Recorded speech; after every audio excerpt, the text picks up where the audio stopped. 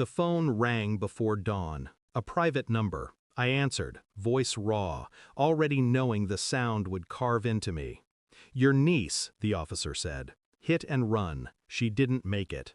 Silence followed, heavy and suffocating. Then another call, a different voice, smooth, arrogant. "My son is untouchable. Back off." The billionaire, his words dripping with power he thought eternal. I listened, breathing measured, then answered with steel. "You're clueless about me. Surround him, or you'll find out." He laughed, a hollow, cocky laugh. He didn't know. 10 minutes later, his lawyer called, tone stripped of pride. "Who are you really? We'll do anything you say."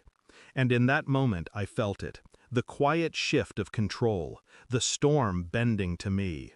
She was gone, my niece, 7 years old, her shoes still in my hallway from the last time she visited, sticky with playground dirt. I replayed the officer's words. Didn't make it. A phrase dressed in neutrality, meaningless, except it gutted me. The boy who killed her, drunk, reckless, sat somewhere behind guarded gates, sipping water imported from Italy, while my family drowned in grief. My sister's cries still rang in my head. Her knuckles bled from pounding the hospital wall. And I stood there, the one they all looked to, the one who didn't break. But inside, something cracked. It wasn't just the boy, it was the father, his arrogance, his certainty that money insulated him from consequence. The betrayal wasn't only against my niece, it was against justice itself, against the very order of things. And betrayal demands an answer. I didn't rage, I didn't shout, I studied.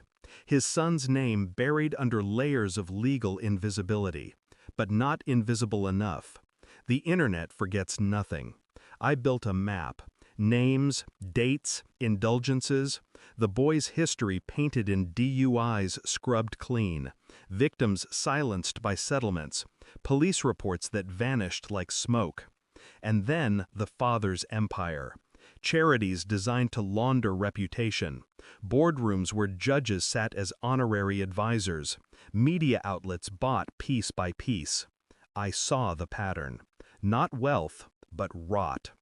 Every night I returned to the files. Every day I walked among the living, calm, unremarkable, while beneath my ribs a storm gathered weight. No confrontation. Not yet. Revenge doesn't sprint. It crawls. It waits. Until the prey believes it's safe. The first real fracture came from a report I shouldn't have accessed.